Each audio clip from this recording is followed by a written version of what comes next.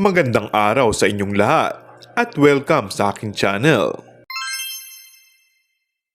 Puspusan ang naging pagdiriwang ng Kapaskuhan na magtipon-tipon ang mga artista ng Star Magic para sa Star Magical Christmas 2024. Ito yung isang gabi kung saan nagsama-sama ang ilan sa mga sikat na stars ng Kapamilya Network.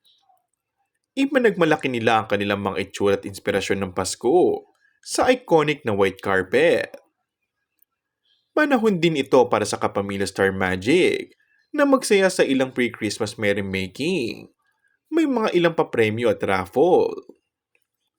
Ang pangunahing programa ay napuno din ng mga taos-pusong pasasalamat dahil kinikilala ang kanilang natatanging Star Magic artists para sa kanilang kahusayan at tagumpay.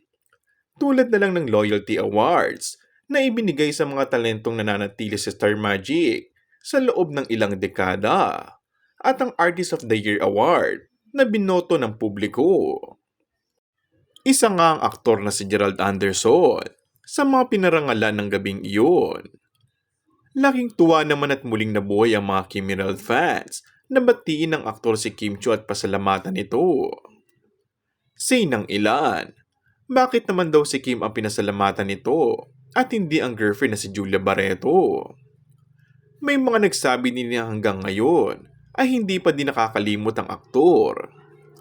Maaalalang isa ang Kim Emerald o Kim Chiu at Gerald Anderson love team noon sa mga sumikat at nagkaroon ng libu-libong mga tagahanga. And that's all for our today's video. Kung bago ka lang sa aking channel ay mag-subscribe at pindutin na rin ang notification bell. Maraming salamat!